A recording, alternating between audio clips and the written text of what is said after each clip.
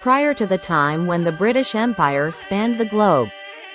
Before Rome or Persia expanded its reach around the Mediterranean Sea, there existed the ancient empire of Assyria.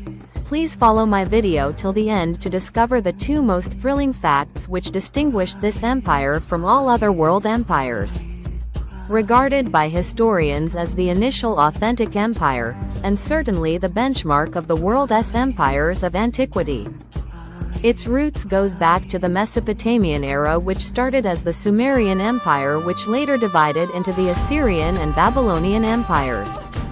In the 7th century BCE, the Assyrian Empire extended across present-day Iraq, Syria, Lebanon, Israel, as well as portions of Turkey, Iran, and Egypt. The Assyrians are Semitic people who comprised one of the oldest civilizations in our world from the 2nd millennium BCE to around 612 BCE. The Assyrian Empire is considered the greatest of the Mesopotamia empires due to its large expanse, and developments of government and military. Nineveh, modern-day Mosul, Iraq, was one of the oldest and greatest cities in antiquity. It was originally known as Ninua, a trade center, and would become one of the largest and most affluent cities in antiquity. However, the tale of Assyria's ascent to power commenced many centuries prior, during the Late Bronze Age, in a city known as Ashur. Ashur was a center for trading tin and textiles situated by the Tigris River in northern Iraq. It carried the name of a deity, Ashur. Ashur is believed to represent the city and eventually the whole empire. In 1300 BCE, a supreme priest named Ashur-uballit I assumed the title of king and started a practice of military campaigns, effectively changing Assyria from a city-state into a territorial state. Its marvels encompassed an extensive library and a sizable botanical and zoological garden. For the subsequent 150 years, Assyria expanded its influence and prospered. In the 12th century BCE, a puzzling disaster that still confounds archaeologists led to the Assyrians losing a significant portion of their land. Several hundred years later, though, Assyrian rulers initiated a new series of conquests. On this occasion, they refined their governing structure into an empire that would endure for generations. Assyrians were ruthless conquerors and pioneers in military tactics. Throughout their campaigns, they employed siege strategies and harsh penalties for dissenters, such as impalement and flaying.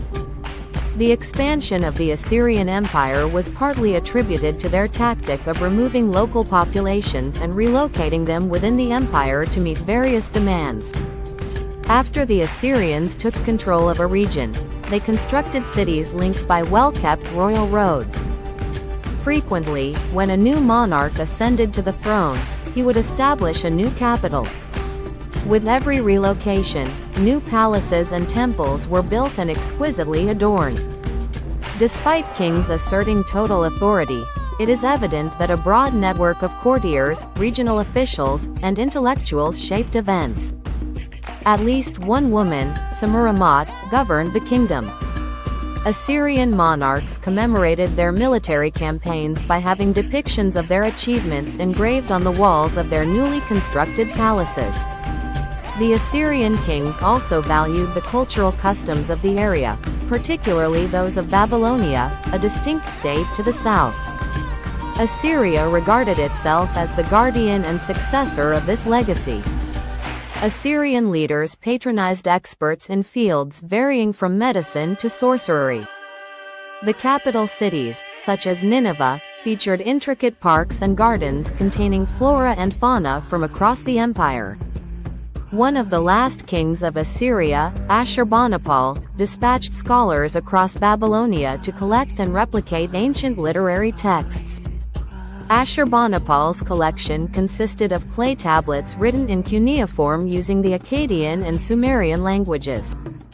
Ashurbanipal was the last king of the Neo-Assyrian Empire.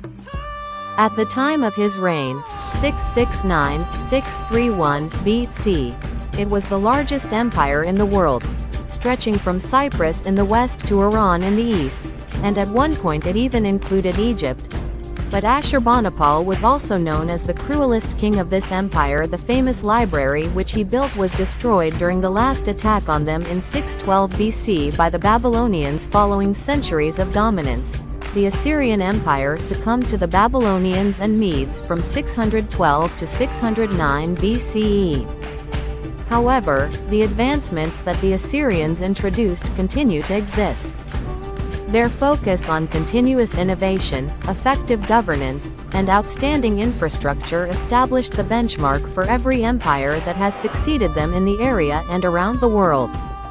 Perhaps the greatest achievement credited to the Assyrians is the founding of the first university, where theology, philosophy and medicine were taught. This was the school of Nisibis.